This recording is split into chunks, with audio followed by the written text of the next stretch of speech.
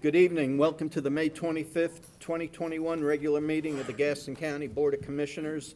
My name is Tom Kieger. I serve as chairman of the board as well as a commissioner from Gastonia Township. I'd like to welcome our viewers and thank Spectrum Cable and AT&T for making this possible to our citizens. For our television audience, I'd like to present your county commissioners beginning on my far right. Alan Fraley, Cherville Township. Good evening, Chad Brown, Riverbend Township.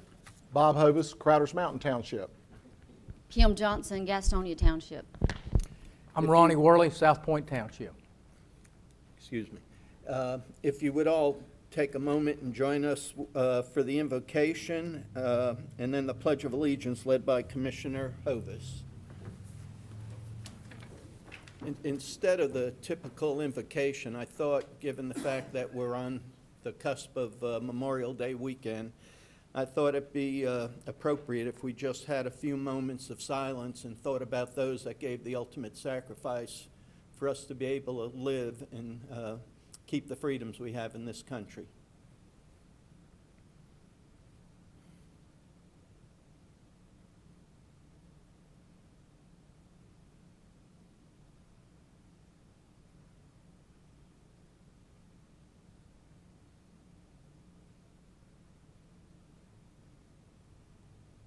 Thank you. Please follow me. I pledge allegiance to the flag of the United States of America and to the republic for which it stands, one nation, under God, indivisible, with liberty and justice for all. Thank you, everyone. Thank you, Commissioner Hovis.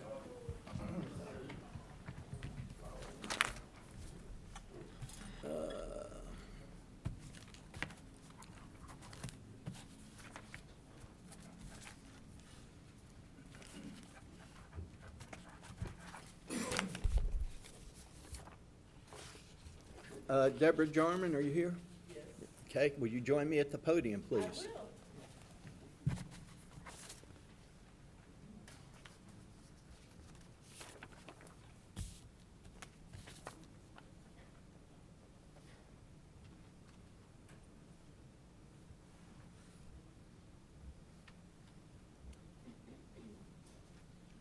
Good evening.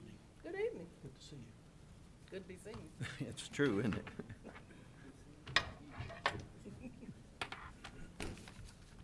We're happy to see one another. This is to recognize and to honor those who gave all during their military service to the United States of America and to express our gratitude to the fallen members of our armed services. And Deborah is Veteran Service Officer, and is Lorraine with you? Lorraine. Lorraine, you want to come up, please? And I'll go ahead and read this, then present it, and let you have a word or two if you care to. Whereas Memorial Day was first observed as Decoration Day on May 30th, 1868, as an occasion for many Americans to decorate the graves of fallen Civil War soldiers. And whereas after World War I, this day was expanded to include fallen members of all our nation's wars, and after World War II, this day officially became known as Memorial Day. In 1971, Congress established Memorial Day as a federal holiday to be observed on the last Monday of May each year. And whereas we recognize the sacrifices and contributions of the men and women of our armed forces, upholding the principles of democracy and freedom, we extend gratitude to the families of our service members and recognize their sacrifices and unwavering devotion. Without their support, our men and women could not have completed their mission successfully. And whereas this Memorial Day, we express our deepest appreciation to the men and women who laid down their lives in service to our nation, and we mourn with the families and friends of those lost. It is our duty to preserve the legacy of those brave Americans who died defending our great country and our unalienable rights to life, liberty, and the pursuit of happiness. And whereas during this time of reflection, we honor and commend those from Gaston County who have contributed to this great country. Our county has a long and dedicated history of military service, and our citizens have made a significant contribution locally and throughout the world. Now therefore it be resolved that the Gaston County Board of Commissioners salutes our service members for their outstanding devotion to duty, honor, and country, and recognizes Memorial Day, Monday, May 31st, as a day to honor and remember our fallen heroes. The Commission further encourages the citizens of Gaston County to unite in prayer and reflection for the many sacrifices and accomplishments of our fallen soldiers, their families, and for veterans. It'll be adopted later today at the meeting when we get to the consent agenda. And I'll present that to you, Deborah, and the microphone's yours. I just want to say thank you for allowing us to serve veterans of Gaston County. I've been here 19. It's been a long time, and I love my job. So I don't think about retiring. I ain't thinking about retiring. I love my veterans. Are any veterans in the house tonight? Please stand. Thank you for your time, sir. Welcome home. And we are located 965 Roberts Drive, Gastonia, North Carolina, 28054.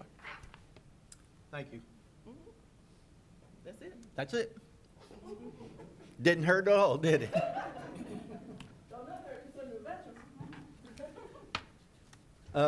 I'm going to take a point of personal privilege to first ask the Board of Commissioners that are here to come down and join me for the next presentation.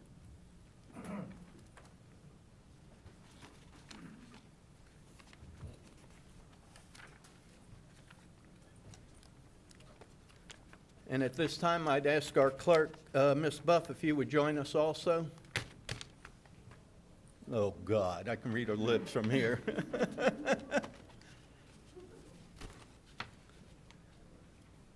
Oh, God. Huh? Get closer, Donna. I'll just read this and we'll take it from there. Look at this. What's going on here? You staff members, come on up. You work with Donna.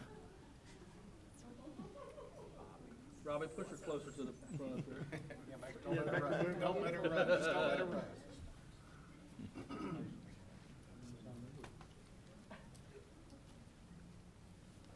Now, the family's all here. Your extended family, too. All right, on behalf of the board, I'd like to start, whereas Donna S. Buff began her employment with Gaston County in the year 2008 at the Economic Development Commission. In March of 2012, she was appointed to the position of clerk to the Board of County Commissioners, and whereas during her tenure as clerk, Donna has worked to further the Commission's overall goals of promoting citizen participation and transparency through the implementation of an online agenda environment, paperless initiatives, and video live streaming of commission meetings. And whereas on April 23, 2021, Donna completed her term as president of the North Carolina Association of County Clerks. She was elected to the board of directors in 2015, serving as a director for 3 years and advancing to the executive board, holding the offices of secretary and vice president before being elected in 2020 as president. And whereas during this time period, Donna also obtained her designation as a North Carolina certified county clerk in 2016 and completed the UNC School of Government Municipal and County Administration course in 2018. And whereas the North Carolina Association of County Clerks is dedicated to improving the professional competency of our clerks, offering networking opportunities, education and training, and a nationally recognized certification program. And whereas, as COVID-19 ushered in a new normal in 2020, it also hampered the ability of the association to come together in person.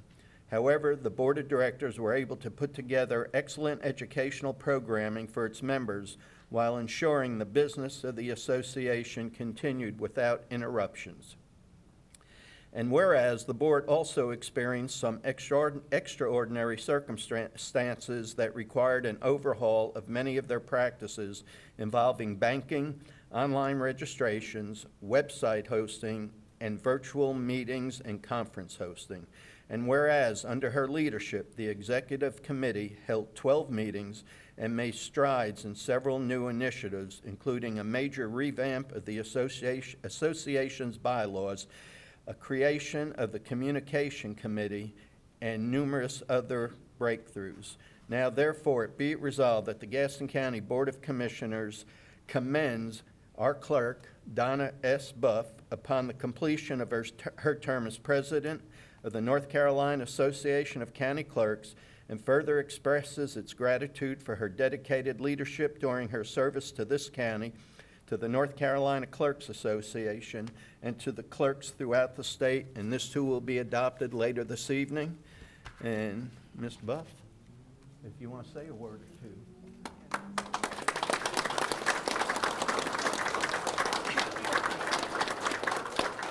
Actually, I don't have anyone to talk to, so should I do?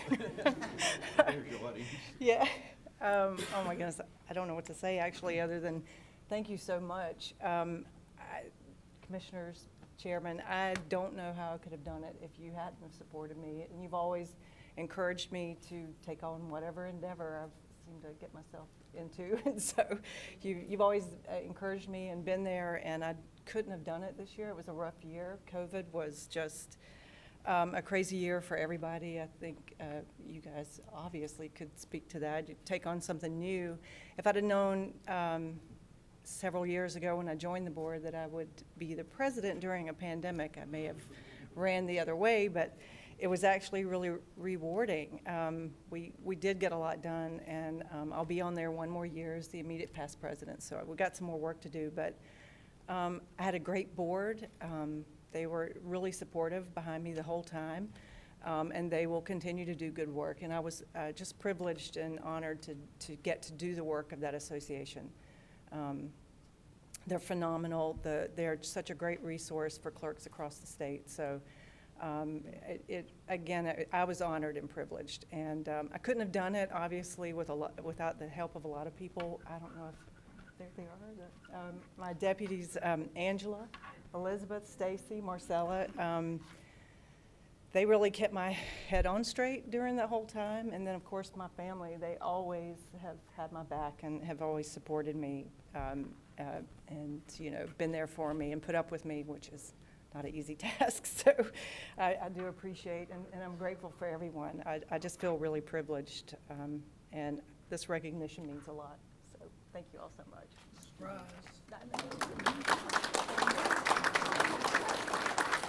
If I could ask the commissioners to go stand behind their seats, and you and your family and staff go on up, and we'll get a couple of pictures real quick.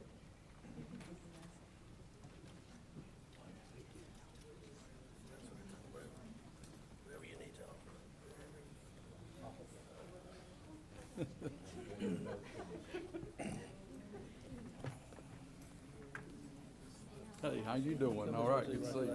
Okay. I know what you're doing, you're hiding in No, there. I ran out to get up here today because my air conditioner was broke. Slide down just a little bit. Yep. There you go. There you go.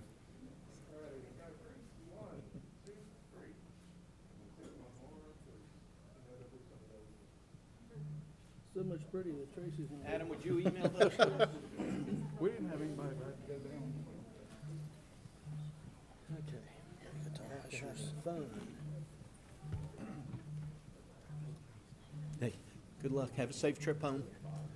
Donna, don't you go anywhere yet.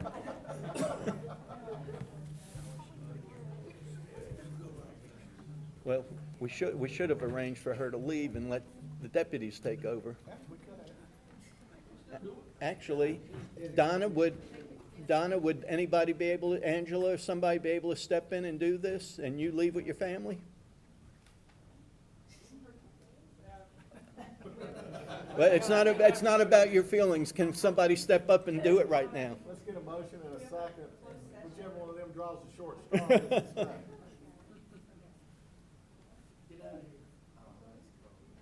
Okay, we get two, right? Three. All three? Yes. All right, we will take a 2-minute recess so she can get her things together.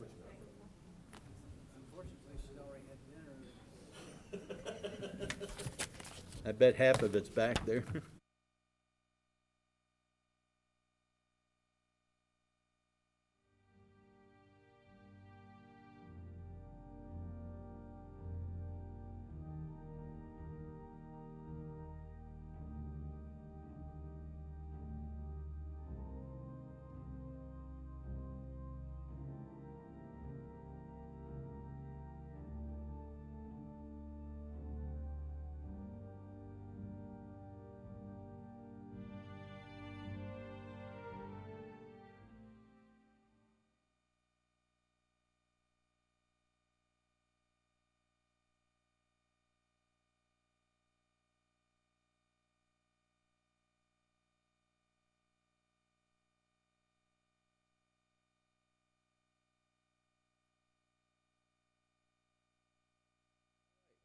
I'll bring us back into session. The first is public hearings. The commission will take citizen comment. For 4 public hearings, comment will be taken on the following. Zoning map change, Z21-11, authorize the sale of real property for economic development and authorize a Level 1 economic development grant and a local match for a 1 North Carolina grant, Project NOC. Authorize an application to the North Carolina Department of Commerce Rural Economic Development Division Building Roofs Grant Program, and to authorize a Gaston County 5% match, and to authorize a Gaston County 50% match of the state's 1 NC grant, Polychemy. And then the ETJ appointment for the Stanley Planning and Zoning Board. Before we begin, let me outline the rules real quick. Citizens wishing to make comment will be recognized by the chair, then requested to step to the microphone for their comments. Citizens will state their name and address for the record.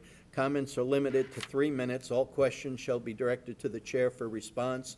The chair shall rule on all points of order during the hearing. So I have a motion. Mr. Brown made the motion. Mr. Worley made the second. Any discussion? All those in favor? It is unanimous. All right. Item A, the commission will take comment on public hearing zoning map change Z21-11. Samuel Cannon Jr. is the applicant. Sarah, it's up to you. Thank you, Mr. Chairman, members of the board. This request is to rezone parcel 206987, located at 1203 Freedom Mill Road, Gastonia, from the R1 Single Family Limited Zoning District with U.S. Urban Standards Overlay to the R2 Single Family Moderate Zoning District with U.S. Urban Standards Overlay. As mentioned, the applicant is Samuel B. Cannon, Jr., and the property owner is Joan Foy Cannon. The total acreage of the property is .53 acres. The current use is vacant and undeveloped. And if we can refer to the maps, please. The property is located at 1203 Freedom Mill Road, which is on the corner of Freedom Mill and Lewis Road in the southwest corner of the county, just south and west of the city limits of Gastonia, southeast of Kings Mountain, and just north of York County.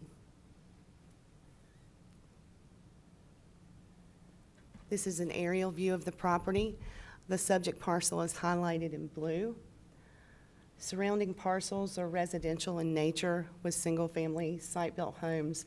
There's some single-family, some single-wide manufactured homes across the street and catty-cornered with some commercial business just catty-cornered to the north.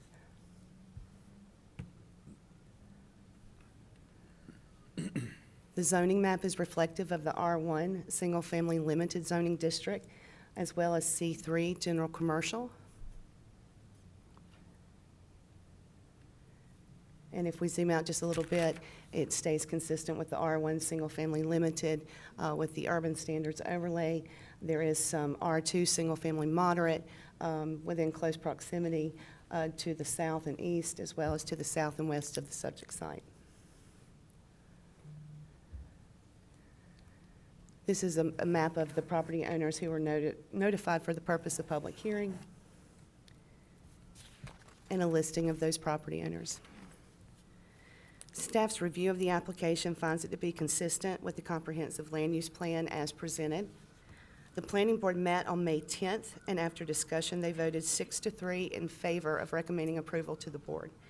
Notices were mailed and the property was posted in accordance with policy. Staff did receive 1 phone call for information. And that concludes my presentation, Mr. Chairman. Thank you. Thank you. Any comments from the applicant? If you would, state your name and address and proceed.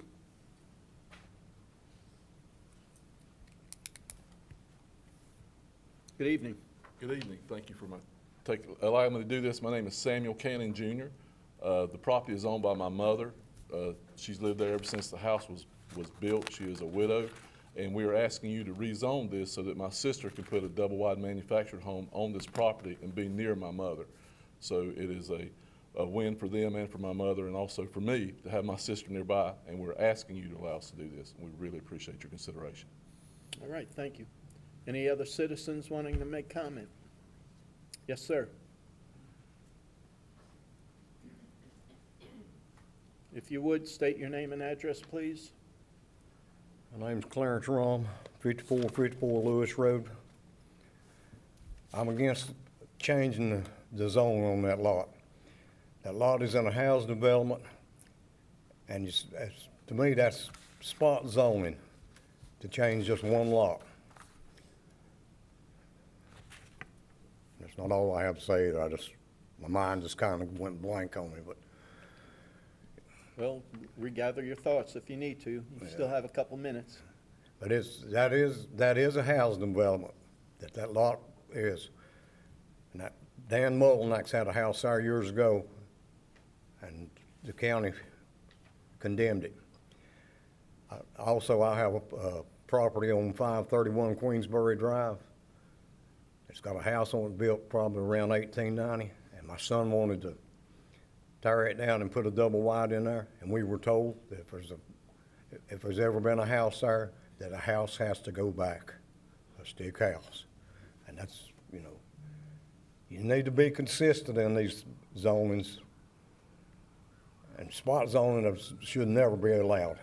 Did you and your son come before the Board of Commissioners No, to we ask for wasn't told that rezoning we back could, then? we wasn't told that we could do that. They just told him that if there's ever been a house there, that the house, it had to be a stick-built house put back on it.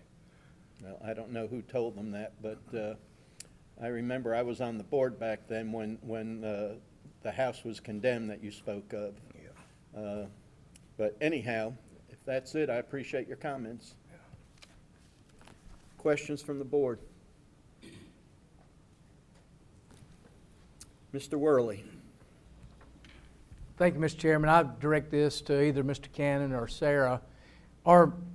This is a neighborhood, so as Mr. Rom said, a neighborhood. Are there any covenants attached to this neighborhood that are registered or filed? No, sir, not that we're aware of. And if you can refer back to the zoning map, a separate phase of the same subdivision that he was referring to is already zoned R2, which allows for double-wide manufactured homes within the same subdivision. Okay. If that's helpful. But that restriction's in the back side of the property. All right. Thank you, Sarah. Sir. Thank you. Any other commissioners? Chad? Ms. Penley, in that same map you have across the street, which is not the one directly across, it's kind of on the same side of Freedom Mill Road. What is that? Does that look like a commercial business there? Is that what that is? To the northwest. Lot 3 on the... Oh, Lot 3. Yes, sir. Lot number 3 would be the point that's northwest and catty-cornered, which is zoned as general commercial. Okay. Yes, sir. Thank you, Mr. Chairman. All right. If there's no additional comments, I'll accept a motion to close this public hearing. Mr. Hovis made the motion. Mr. Brown made the second. All those in favor? Okay, all those opposed? All right, that was just to close the public hearing. Oh, I thought that was. No. My bad. Okay, it's unanimous. Yeah, I'm okay with closing. I thought that's what you were thinking. Okay, before we proceed, I'll ask County Attorney Sink to provide comments. Thank you, Mr. Chairman, members of the board. The planning board, I'd remind you, as Ms. Penley said, voted 6-3 in favor of the approval on the Cannon application. If I could just read the consistency statement into the record prior to your final vote. The application regarding 1203 Freedom Mill Road is consistent with the future land use plan. According to the planning board, the proposed rezonings in the rural community future land use plan. Rural communities are areas in the largely rural areas where there's a number of residential buildings on smaller lots built closer to the roadway. And driving through these areas, you feel like you're in a neighborhood, and these areas may not serve a purpose other than providing homes, but still maintain a neighborhood look and feel.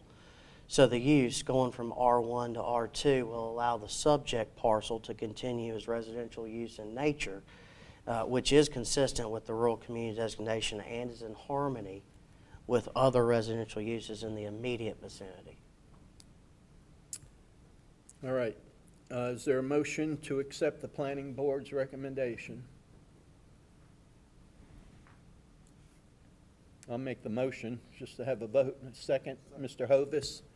All right, any discussion?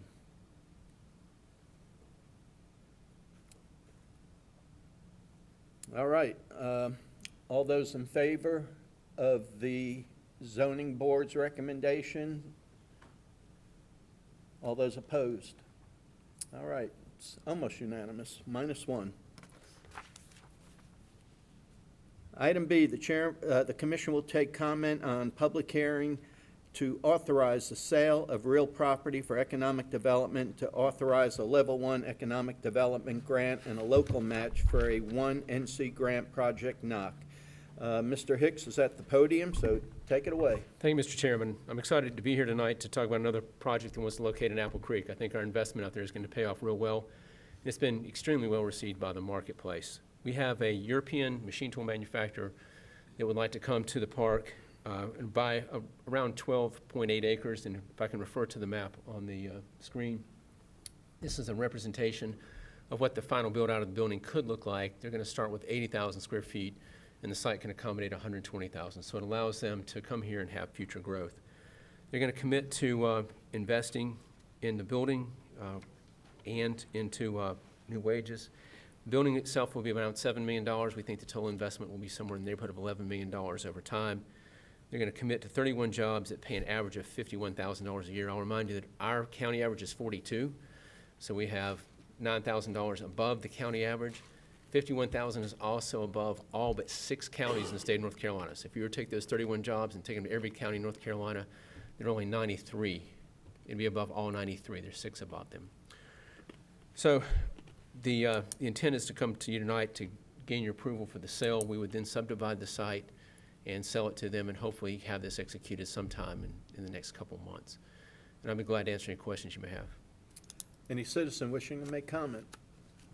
Questions from the board? I think it's pretty cut and dry, I believe. Accept the motion to close the public hearing. Mr. Brown, Mr. Hovis makes a second.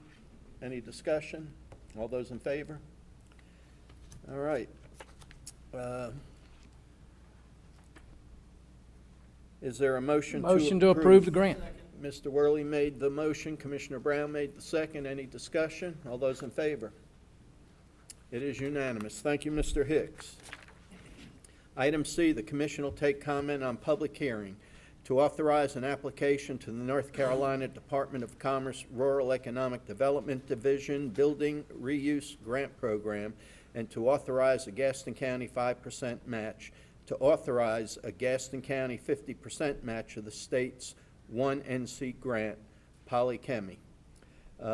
Ms. Leslie Campbell, EDC Project Administrator, will provide a brief overview, and good evening. Good evening. Polychemy is the company that we brought to you a few months ago. They are purchasing the Maestro building.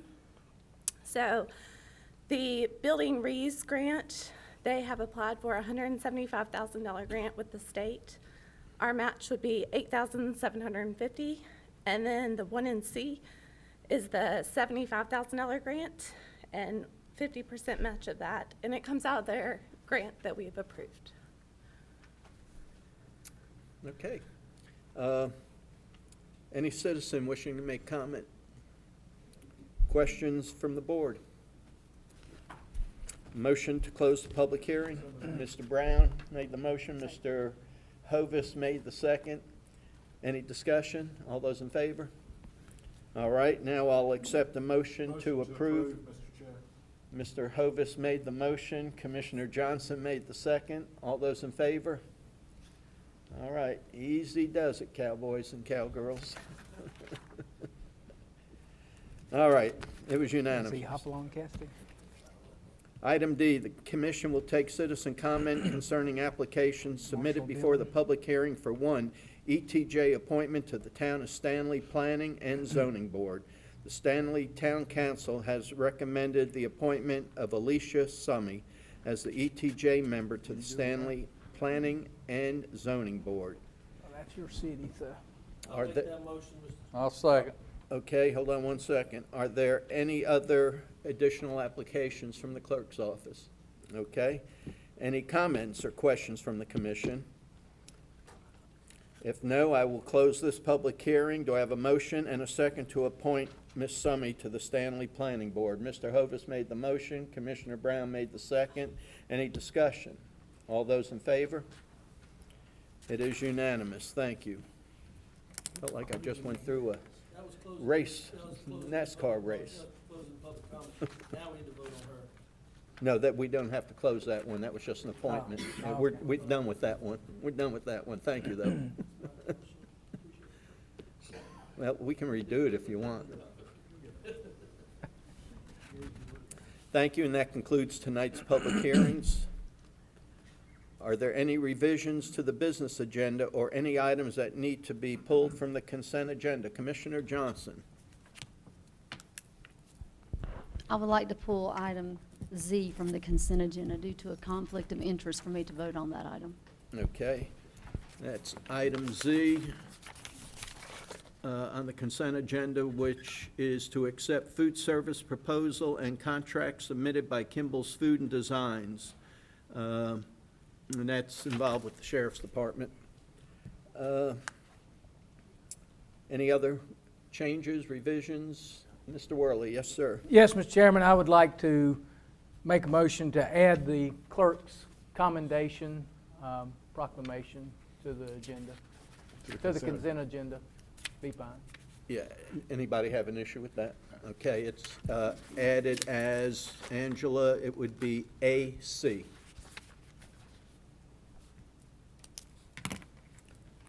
Do I hear a motion to approve the business agenda with item Z removed to the consent agenda and item AC added? Okay, Mr. Fraley makes a motion. Second. Mr. Worley makes a second. All those in favor? It is unanimous. Thank you. Everyone was provided with the draft minutes of the April 27th regular meeting. Are there any revisions from any commissioner? If not, do I hear a motion to approve? Mr. Hovis makes a motion. Mr. Worley makes a second. Any discussion? All those in favor? It is unanimous. Thank you very much. Next item is citizen recognition.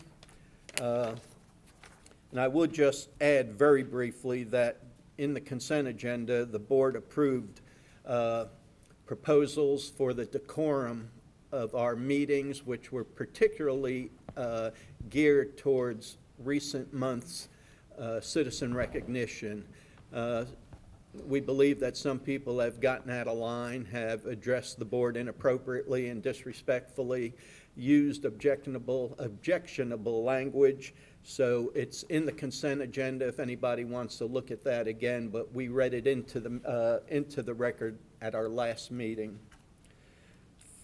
First up and second up, Hugh and Libby Carpenter, if you want to come on up and state your name and address.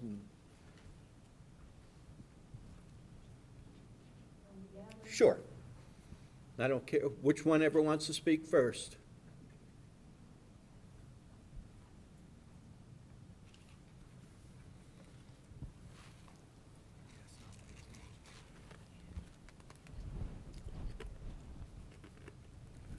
Benjamin Hugh Carpenter, 426 Adderholt Road, Lincolnton, Cherryville Township. Thank you, Chairman Keeger and County Commissioners, for allowing me to speak. I've lived in northwest Gaston County for 82 years. My family grew up on my grandparents' 50-acre farm. We raised our food, vegetables, beef, pork, grains, and fruit. My wife Libby and I live on 5 acres of this land where we reared our children. The land is still beautiful and with clean water, springs, and lush foliage. We are located right on the rim of the proposed lithium mine. We are concerned about our well water, the vibrations from blasting, the truck traffic, and noise created from mining. What will happen to our wildlife and our fields and streams? Plus, we love the quiet, natural beauty and do not want to sell or relocate.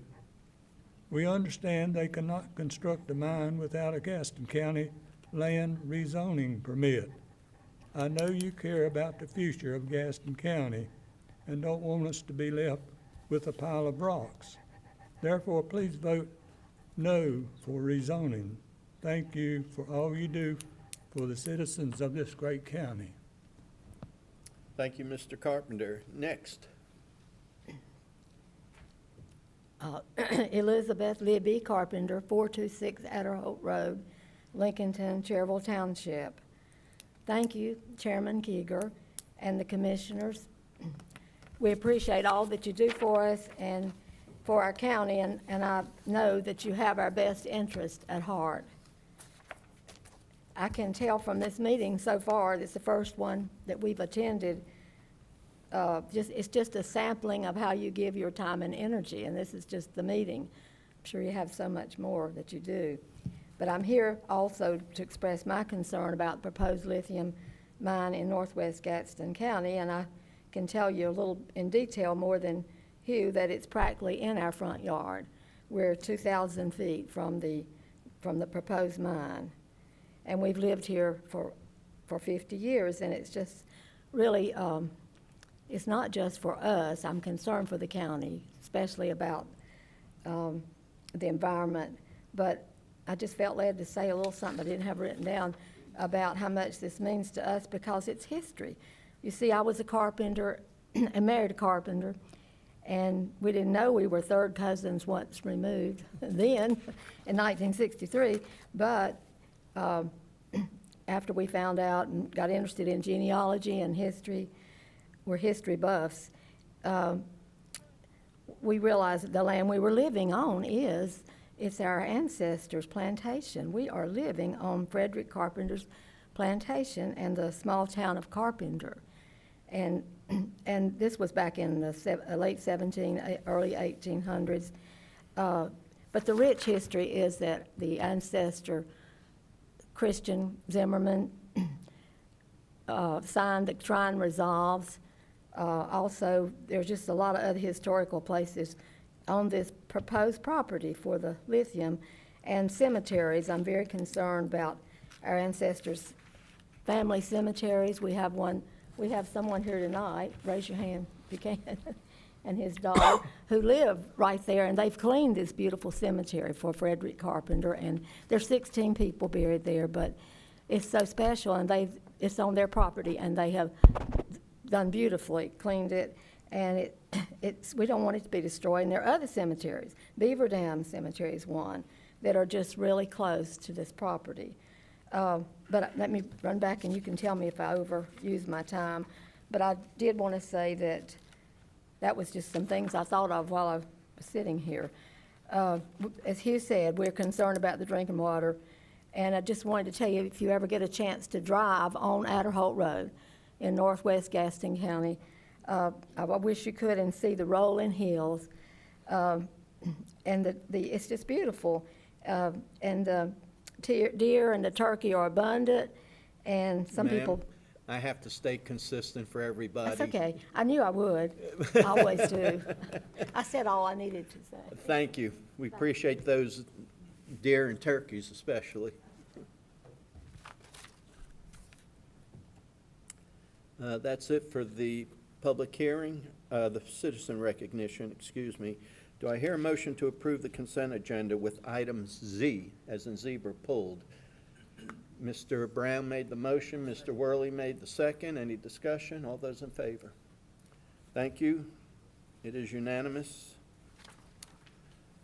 Do I hear a motion to approve the legislative request that is to adopt a resolution opposing the proposed local government zoning reform? So moved, Mr. Chair. Mr. Hovis made the motion, Mr. Brown made the second. Is there any discussion? I think it's pretty well cut and dry from our perspective. All those in favor? It is unanimous. Item Z, which I already stated, Commissioner Johnson is asked to have it pulled so she could abstain due to a conflict, which really isn't a conflict, but anyhow, that is her conscience. All those in favor of approving it, motion by Mr. Hovis, second by Mr. Fraley. All those in favor? All right, it is 5 with 1 abstaining.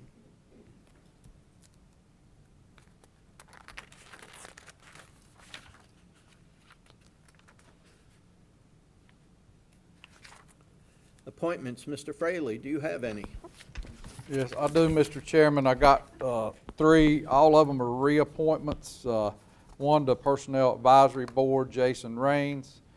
Travel Tourism Advisory Board, Tammy Fraley Wilson, excuse me. Workforce Development Board, Wes Stiers. I'll second that. All in favor?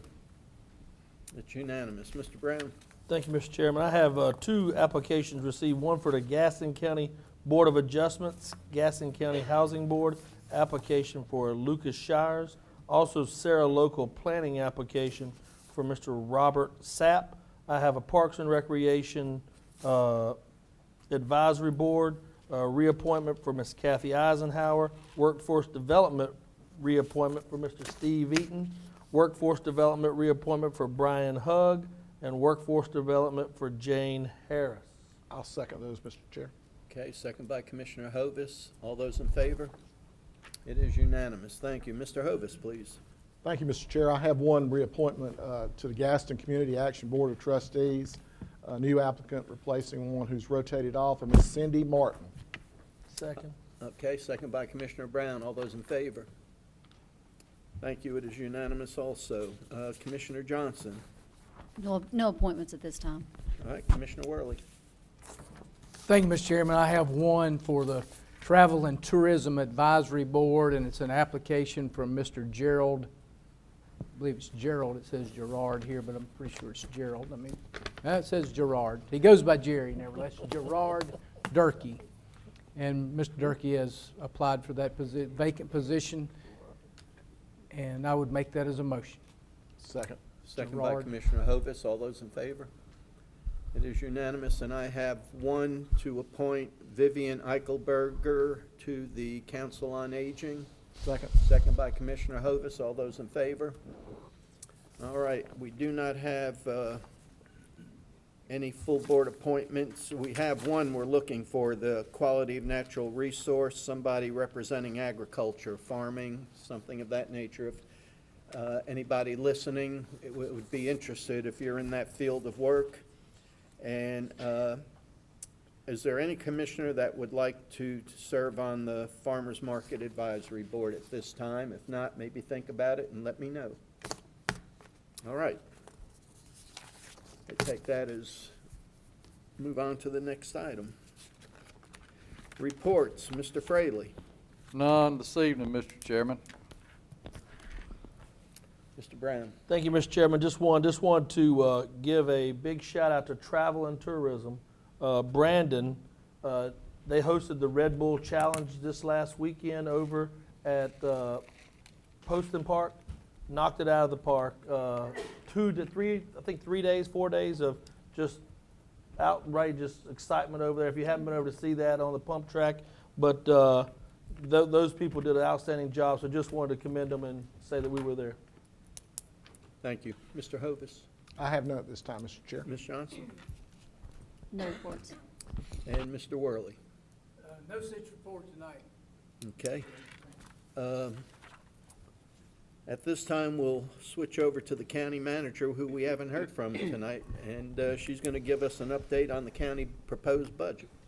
Thank you, Mr. Chairman. Excuse me. So good evening, Chairman Keeger, members of the Board of County Commissioners, county employees, and county residents. It's an honor and a privilege to serve as your county manager and present my recommended budget for fiscal year 2022. Tonight, I will deliver this recommendation to the board, and it will build on the information I have shared in my weekly reports over this past month and our individual discussions. We will not have expanded discussion this evening. We do, however, have adequate time to address questions as you work through the book, which you have there in front of you, and what I share this evening. So the total recommended budget for the county is $342 million, and the general fund portion of that is $229 million. This is essentially flat when compared to the FY20 pre-pandemic budget. The tax rate remains at 83 cents per $100 of assessed value, which is the lowest rate in 20 years. And no fund balance is used to balance this recommended budget. This has not been the case in 50 years, since 1970. Last year, when I presented my recommended budget for fiscal year 21, Gaston County was in a state of uncertainty. COVID-19 was spreading, and yet the health of our citizens was not the only thing at risk. We worked together to respond to the needs of our community and for ways to avoid and offset the impact of an economic downturn induced by the pandemic. We shifted the budget approach and anticipated a reduction in revenues and anticipated increases in other operational areas core to pandemic response. This makes the current year budget an outlier for true comparison purposes. Although the forecasted worst-case scenario did not materialize, I want to acknowledge that our commitment to position this county to respond to uncertainty in the economy while continuing to provide excellent public service to our citizens is still very much front and center. I remain incredibly grateful to my team, our directors, and to our budget team, and to you for your leadership and support throughout this process. So this recommended budget that I'll walk through tonight maintains a conservative fiscal approach and achieves two broad goals. First, this budget funds programs and initiatives that align with the Board of County Commissioners' top priorities. Secondly, it funds the county's core critical services and programs. So tonight, this is the order of information that I will walk through. I will review the context for this budget first before I provide an overview of the actual budget, including projected revenues and expenditures. And then lastly, I'll share some information about our path forward. So first, for the context. Despite the pandemic and all of the challenges that it brought to us, your county organization accomplished a great deal this past year. We received statewide and national recognition for our budget book and our annual financial report. We had a successful issuance of refunding bonds that resulted in $4 million savings over 9 years for our taxpayers. In a time driven by response, staff still found ways to be proactive and forward-thinking. This resulted in a lot of firsts for our county. We now have our first interactive dashboard for monthly financial data, and that's accessible to the public. We revamped our budget process to increase collaboration with departments. We evaluated and updated our user fee methodology, and we developed the county's first strategic plan. These examples speak to our commitment to teamwork, financial responsibility, transparency, efficiency, and strategic planning. I also want to share just a fraction of the great work that happened in the county and in our department specifically. It's been a difficult year. It's not been easy, and it's one of the hardest that I've experienced in public service since I've been serving in the public sector. But our employees have continued to provide a very high level of customer service and care. So a few highlights that I'll share. In response to COVID-related restrictions, our libraries and museums transitioned to online and curbside services. Park and Rec kept the county's parks operating successfully while other communities were closing theirs. Our IT department activated its business continuity plan. That gave over 600 employees the ability to work from home. Our departments found creative and very resourceful ways to continue working. And this is not an exhaustive list, but if you take a look in the book, you can find a complete list on pages 7 and 8. So these guiding principles shown on this slide here will look familiar to you. The Board of Commissioners solidified these back in November of 2019. That was at your planning retreat, and they provide the framework and the basis for the work that we do. They include prioritizing smart growth, transparency and accountability, efficiency and effectiveness, pursuing a long-term vision, progressively conservative approaches, and leveraging the county's regional position. As budget needs were evaluated, alignment with these principles was a fundamental concern for me, and these are reflected throughout the recommendation. So following that framework that the board set with those guiding principles, we began work on our first strategic plan. It's a comprehensive plan. And the newly approved plan aligns your priorities with the daily work of the organization. It includes an updated mission statement, which is simply providing excellent public service every day. It includes our first vision statement, 5 core values, and 3 strategic focus areas. And probably most importantly, that strategic plan is a means for tracking, measuring, and reporting how we're doing in accomplishing your goals. So given all of that context from this past year, I'm framing this recommendation around the theme of resiliency. Not only has our organization shown true resiliency, so has our larger community and region. I'm presenting this budget that strengthens our strongest resource and our most valuable asset, our employees, while enhancing our quality services and our ability to provide those services to our residents when they need them the most. Providing direct services and resources to our citizens when they're in the most need, as we saw over the course of this past year, demonstrates the value of having a resilient and flexible budget that's based on sound financial principles. So very briefly, I want to show you these categories. I've been using these internally within the organization since I started serving as your manager.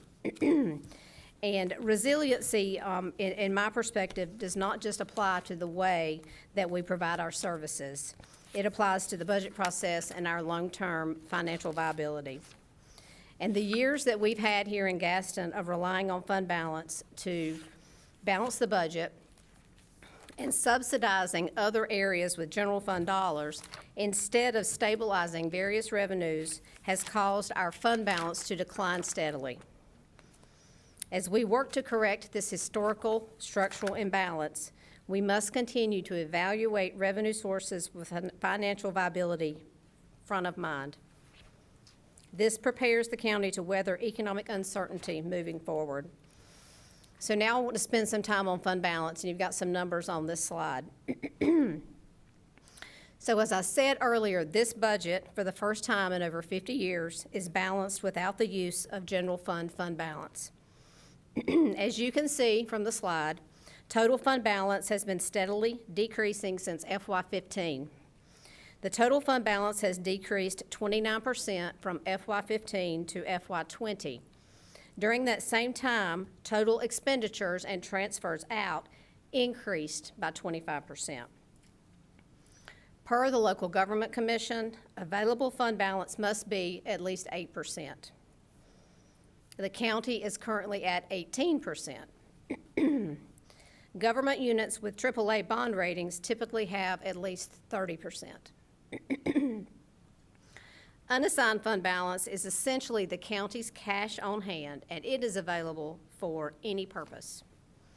In FY20, unassigned fund balance increased to $6.8 million, up from a low of $2.3 million, which occurred in FY18. Though this unassigned fund balance is positively trending, and that's a good thing, it is still significantly lower than it was 10 years ago. Maintaining the current tax rate and appropriating zero fund balance in the coming years are vital strategies to continue to improve our position. Now to step into some of the budget specifics. As I mentioned earlier, the recommended budget is $342 million. That's for all funds. The general fund makes up over half of the county's budget, and it will be the primary focus for the remainder of this presentation. So the general fund and the Department of Health and Human Services funds combined make up nearly 3/4 of your budget. The Community Investment Fund for capital accounts for 13% of the budget and includes county debt service, school debt service, and large capital projects. And then there's another component there that is the special revenue funds. Those include the volunteer fire districts, tourism, courthouse parking, and 911. So to get to the $229 million general fund budget that I'm recommending tonight, over $42 million in reductions were made to the original request from both departments and outside agencies.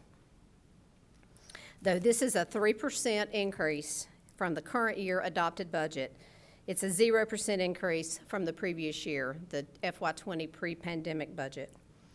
The current year FY21 budget contains some adjustments, and I want to share those with you. Projected revenue loss and corresponding cuts were made to expenditures in light of COVID. We use one-time funds, or our COVID funds as we call them, to fill those gaps in the current year. The FY20 budget is a more accurate comparison, as I mentioned earlier, in terms of economic forecast, non-pandemic expenditures, and projected revenues.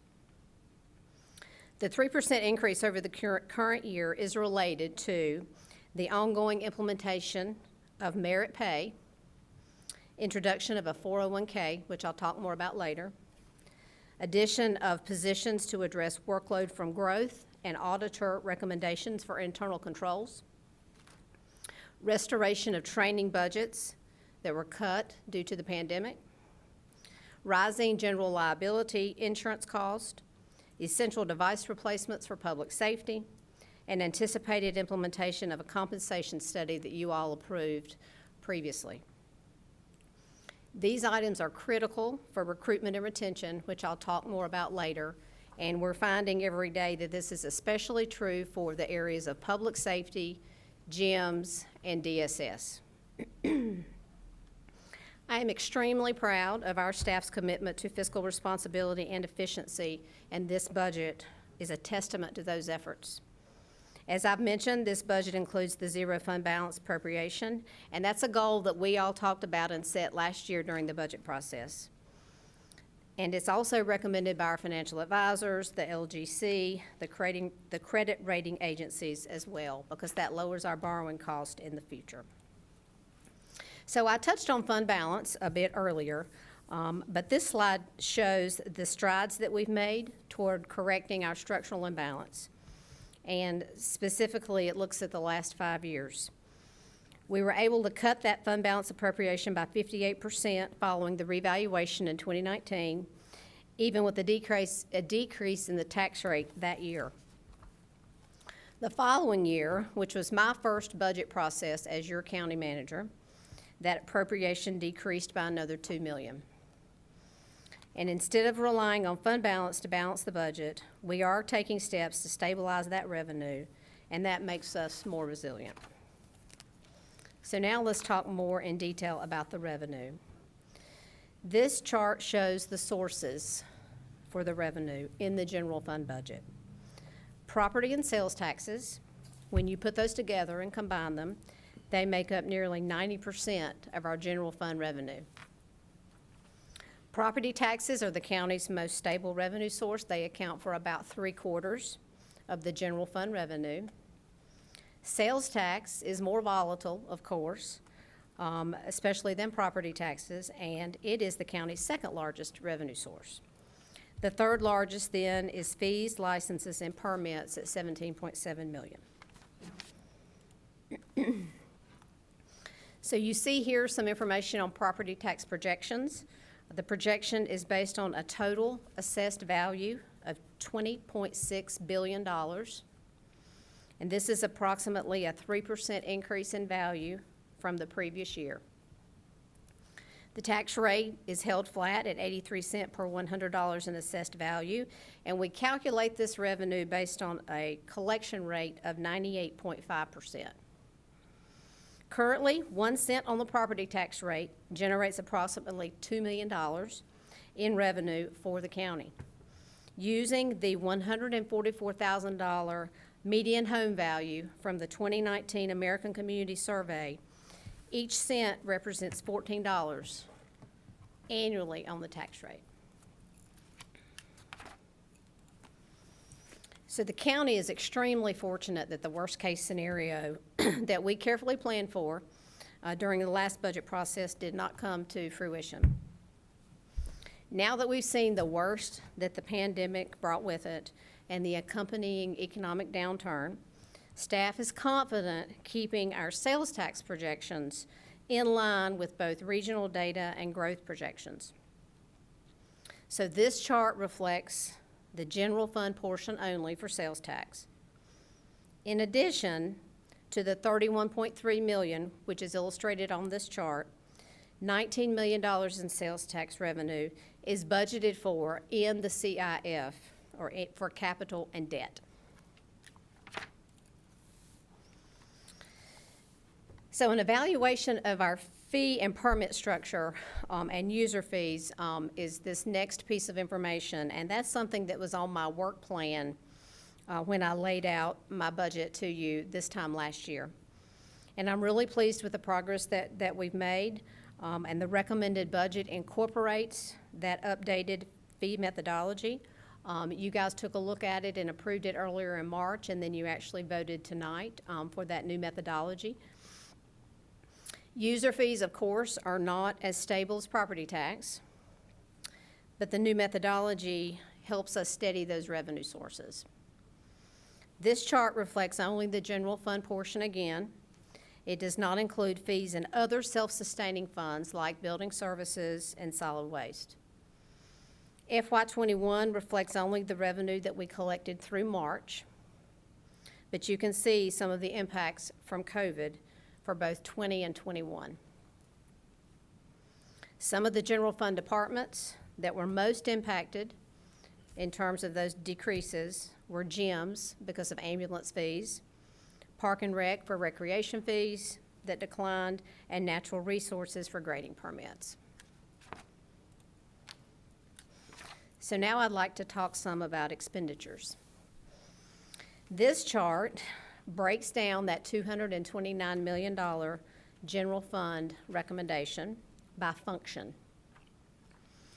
Education, when combined with public safety, comprises approximately 63% of all expenditures for the general fund.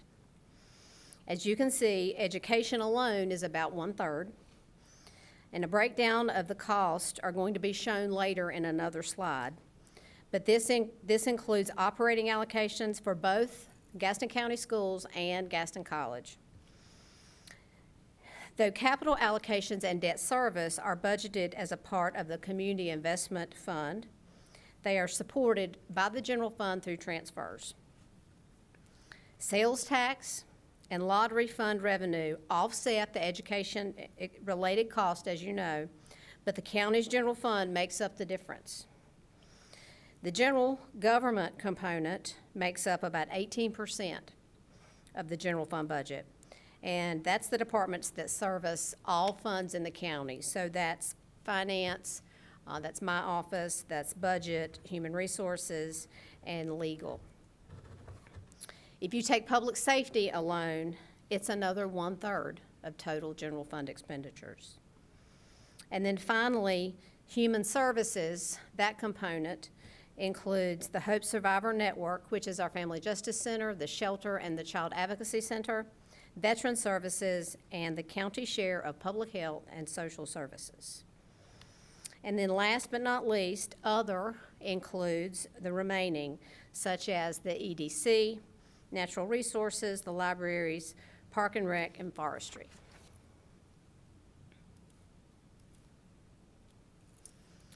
Now I want to spend a little bit of time on employees. This pandemic changed so much for everyone. And county employees, like everyone, had to adapt. But at the same time, they also had to manage their daily workloads. Even though we closed some facilities to the public, the county never stopped working. And none of us really knew what to expect, but our county employees remained flexible and dedicated during a time when our residents really did need them. And I cannot thank our employees enough for their hard work and their resiliency. Our employees are our greatest asset and the key to our success. I want them to know they're truly appreciated. County employee salaries lag behind those of our competitors, and the county's paying the price through high turnover. We're also having a very hard time attracting and retaining the best and brightest in the region. Whoops. So I want to talk some specifics now with you about employees. I mentioned earlier that we had cut training budgets because of COVID. I'm recommending that we restore those budgets. Staff really does need to stay up on certifications, of course, and other professional development opportunities that were all very much disrupted by COVID. Recruitment and retention. This is critical to service delivery. We must keep and hold on to our best employees, or we can't deliver our mission. On average, our vacancy rate across the county is about 5%, and that's countywide. However, in those three most difficult to recruit areas that I mentioned earlier, public safety, social work, and paramedics, as of yesterday, that rate had risen to 10%. In addition, there's some other roles at the county where we are struggling to recruit and maintain staff, and that's in areas such as nursing, telecommunications, carpenters, mechanics, electricians, and ground maintenance staff. Those folks are underpaid when you look at our salary schedule compared to some private sector opportunities and other governmental entities. So our strategy to keep up has a variety of tools in the toolbox. Your directive to implement a merit pay plan was a very important first step. The compensation study that I mentioned earlier that you previously approved is also very critical. This recommended budget does provide that foundation to support implementing the findings of that study. And I'd also like to mention that our turnover costs are approximately $2 million a year in terms of recruitment and training, and the turnover number is something we watch very closely. So I'm also recommending a 5% 401k contribution for all eligible county employees to be implemented mid-year. This was the most requested employee benefit from the employee culture survey that we recently conducted. And it keeps us competitive with all of our neighbors and peer governments, which I will share more information on later. And even with a 3% mid-year salary adjustment, we're still a bit behind. We've taken a look at CPI, and the current CPI is approximately 4.4 as another benchmark. And then I'll also add, before we transition, that out of the 56 full-time new positions that were requested by departments, I am recommending adding 15. 3 of those are funded by user fees, so they're completely self-supporting, and the remainder I'll talk through on a following slide. So I'd like to stay a moment with 401k to give some additional context. So this chart shows the 401k and longevity both offered by surrounding municipalities. So these are all of the municipalities in Gaston County. And you can see that we're a bit of an outlier. We're the only ones other than High Shoals that don't have a 401k. And they are all 5%. This slide takes a look at other competitors that one could argue are more relevant, or at least as relevant, because these are our peer counties. We compete with local municipalities for talent, but we also compete with peer counties, especially like-sized counties such as Cabarrus, Union, and Buncombe. We do compete too with Mecklenburg because of proximity. So on the chart, you'll see that New Hanover County is the only other county that does not offer either a 401k or longevity. And the average contribution for these folks is 5%, and most do not require a match. So this information here is about new positions. To ensure we maintain adequate service delivery levels and respond to growth, while also meeting performance and control standards, I am recommending 15 new full-time positions out of the 56 that were requested. And in terms of process, I very carefully tried to measure each department's request and need and balance that with the goal of appropriating no fund balance and evaluate operational needs in terms of direct customer service delivery. Some examples of this are in the areas of purchasing, tax, and some of the financial areas where it's truly imperative that we meet our performance standards and our internal controls, and we address workload. So for example, centralized procurement and taking advantage of economies of scale is just one example to where we believe we have opportunities where if we have more staff to address the workload, we will reap benefits that will materialize in cost savings. So of the 15, 12 are supported by local funds. Those are the general fund positions. And 3, as I mentioned earlier, would be supported by fees from building services in the landfill.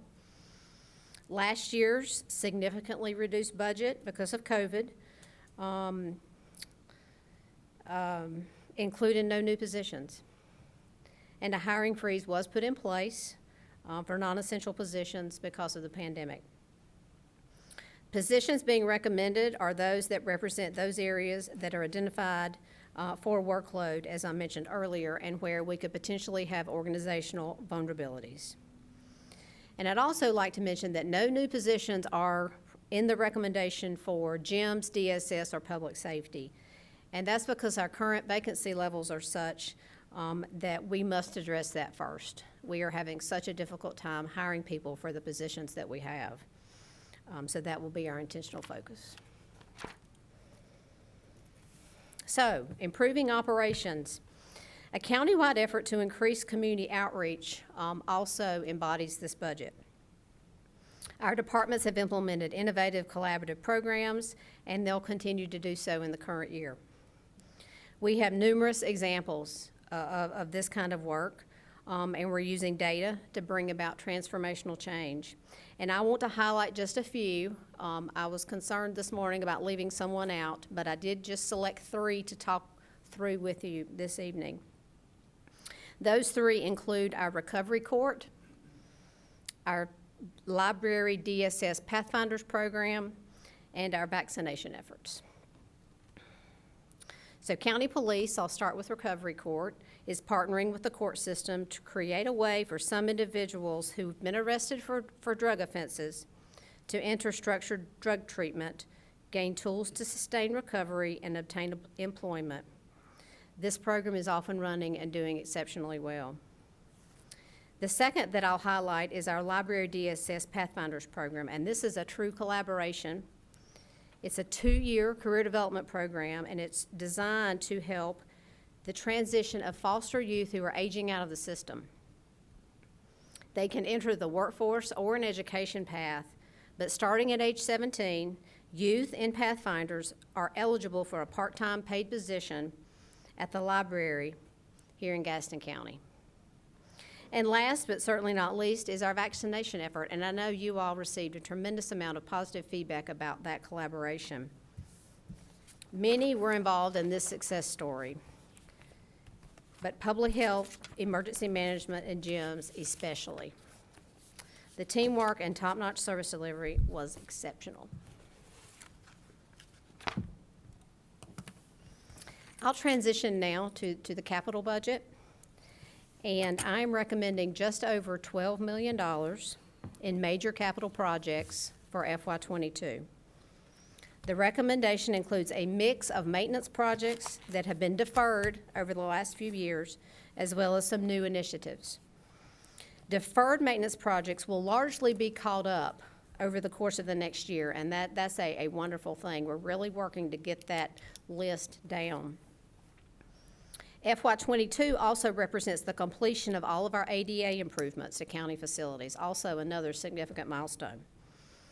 The projects listed on this slide are just a few examples, and the full list is in your book, and it starts on page 29. This is a $7 million increase, this recommendation is, from the 21 adopted budget, which has a significant reduction in current year capital because of projected revenue loss due to the pandemic. This necessity in terms of reduction has exacerbated our backlog of deferred maintenance, but I am truly confident we'll be able to catch up over the course of the next year. Related to the new initiatives, the current fleet maintenance facility does not meet our needs in terms of maintenance operations, and some of our vehicles will not fit inside the current bays. This project is recommended, and it funds our future maintenance facility replacement.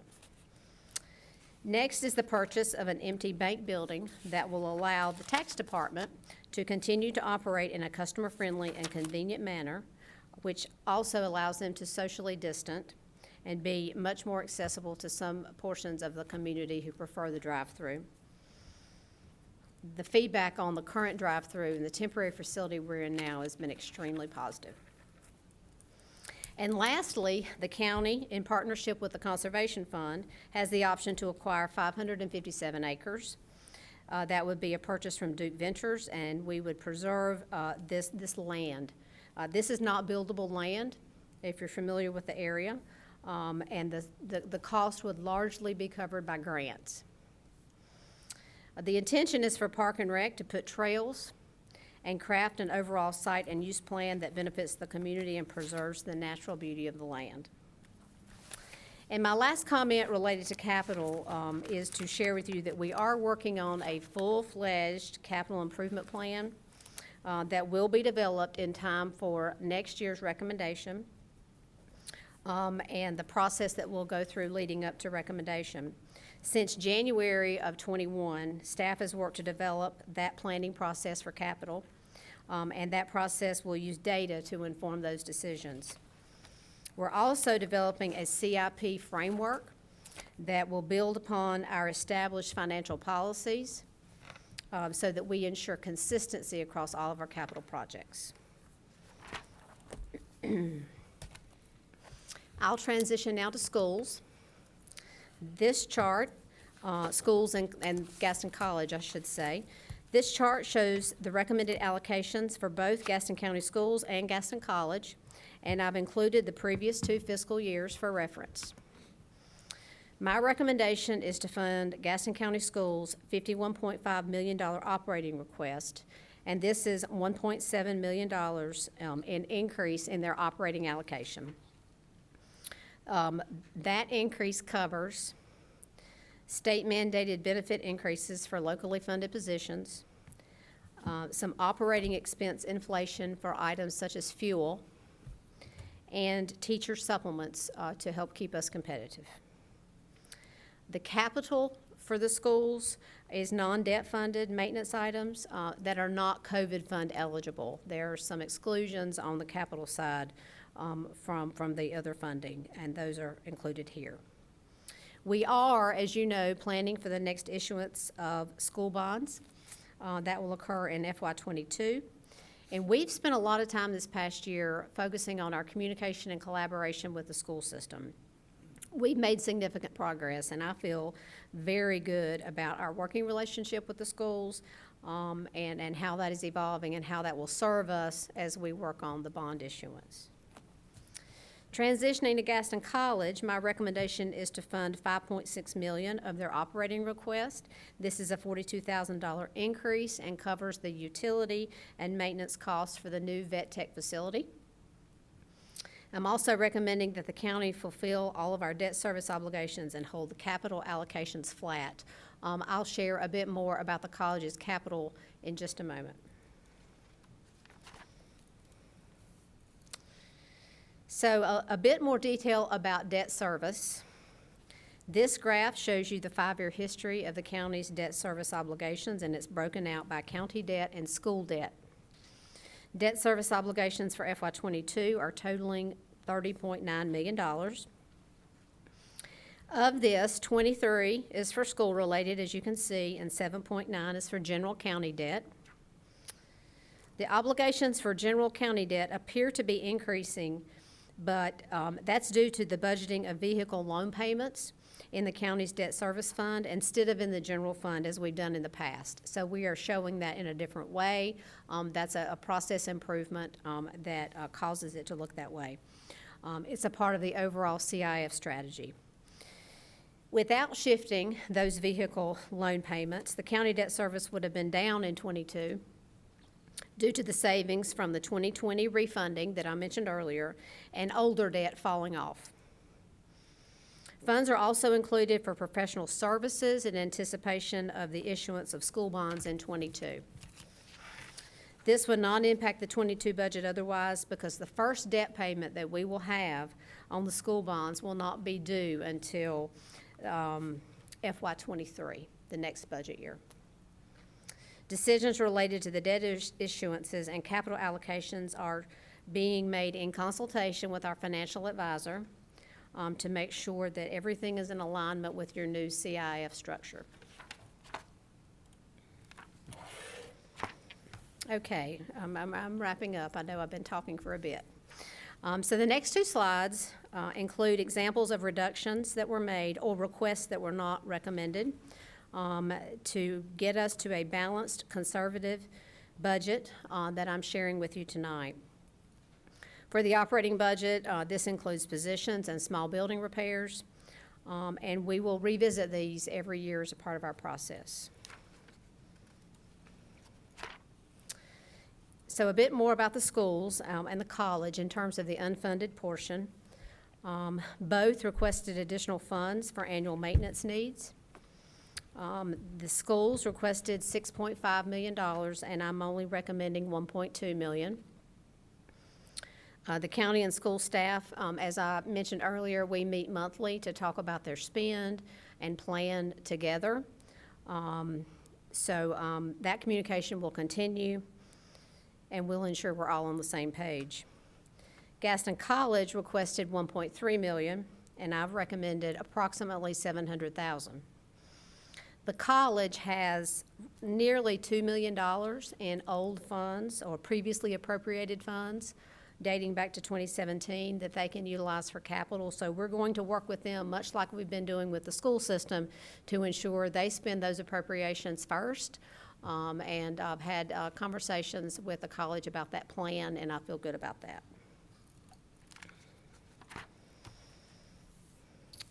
These are just some items that I wanted to highlight in terms of our mindset of always striving to improve.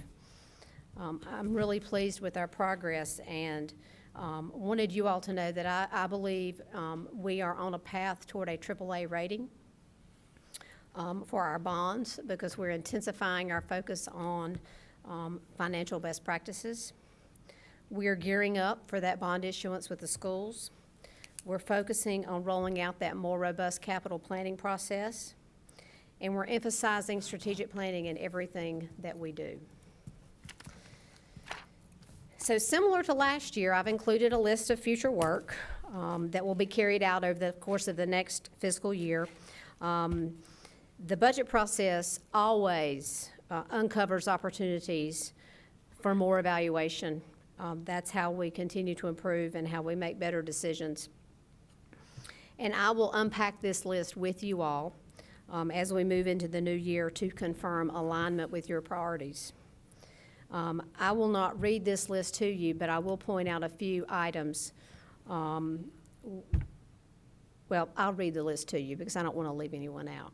So first of all, we want to take a look into establishing potentially a uniform fire district tax rate, or at least do the analysis as a part of evaluating those contracts and those audits that we're working through.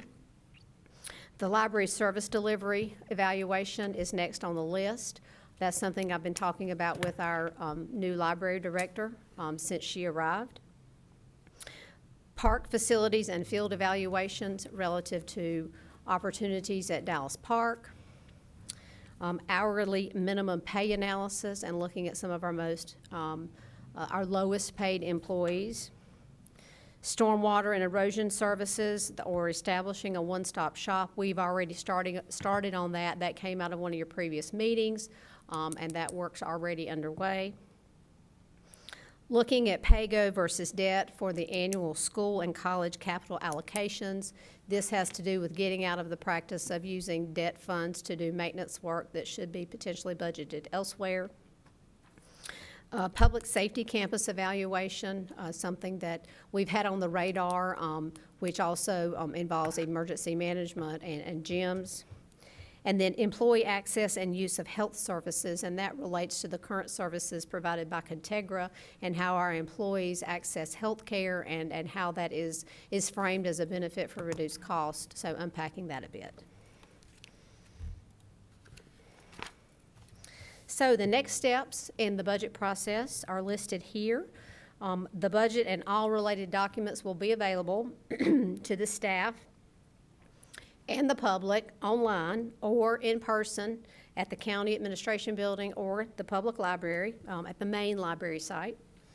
The public hearing and adoption is currently planned for June the 8th.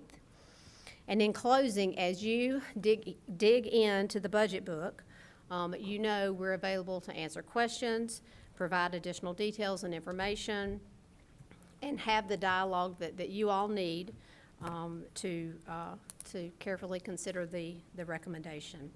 And before I say thank you, I would like to recognize the budget staff. They've done a phenomenal job over the course of this process. So please stand up. Stand up. Stand up. Stand up. You can still stand up. So thank you. Yeah. They're great. They're great. Thank you very much. Would you identify each one of them, please? Yes, I will. We have Janet Schaefer. She's the budget director. We have Taylor Drury, and I'll get her title wrong. Assistant director. And then we have Justin Amos, assistant director for the evaluation and strategy side. And then Wilson, and his left name is leaving my brain. Limley. I worked with a Wilson, and his last name was something else, and it always comes to mind first. Wilson Limley, and he is our continuous improvement guru business process improvement. And then Matt leads this group from my office, Matt Roden. All right. Thank you. Thank you very much. Do anybody have comments, questions, or do you want to start digesting this? And I'll start down with Mr. Fraley if you have any. I'm good right now, Mr. Chairman. Okay. Mr. Brown? I just wanted to say thank you to the staff again. I mean, one of the things that I think the future projects was spot on. I don't know if you probably put that in after me and Kim got to get a hold of you, but that was what I was very thankful to see some of those things. And, you know, you kept your word last year, so we'll keep pushing forward. Thank you. Mr. Hovis? Continued great job. We appreciate all your hard work and the direction that we're moving Gaston County. Very good. Commissioner Johnson? I believe it was a great presentation, and, you know, clearly made us understand what your goals are. And I love trying to get our bond rating to a AAA. I mean, I think that's a great goal we need to have here. Thank you. Mr. Worley?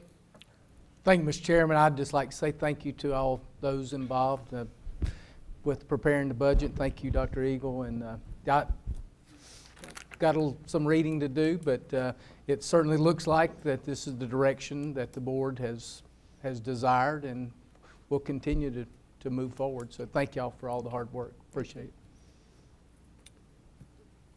Any last comments? Just thank you very much. All I right. look forward to the next couple of weeks working through everything and getting us to the goal line.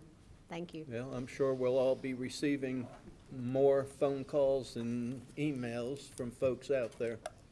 Thank you very much. At this time, do I hear a motion to go into closed session pursuant to North Carolina General Statute 143-138? Commissioner Brown made the motion. Commissioner Fraley made the second. Any discussion? All those in favor of going into closed session? Thank you.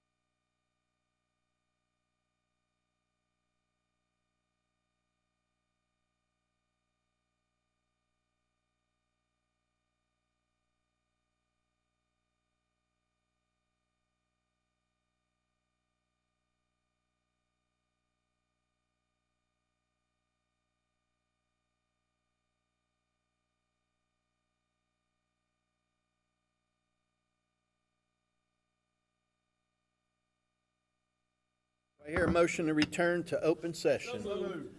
Mr. Fraley made the motion, second by Mr. Brown. All those in favor? It is unanimous. There was no action taken during our closed session, but we had a good discussion. Is there any other matters that commissioners would like to bring forward at this time? If not, as usual, this concludes our meeting. Our next work session is June the 8th. We will hold a special meeting immediate following the work session in order to hold a public hearing on the new proposed budget for the 21-22 fiscal year.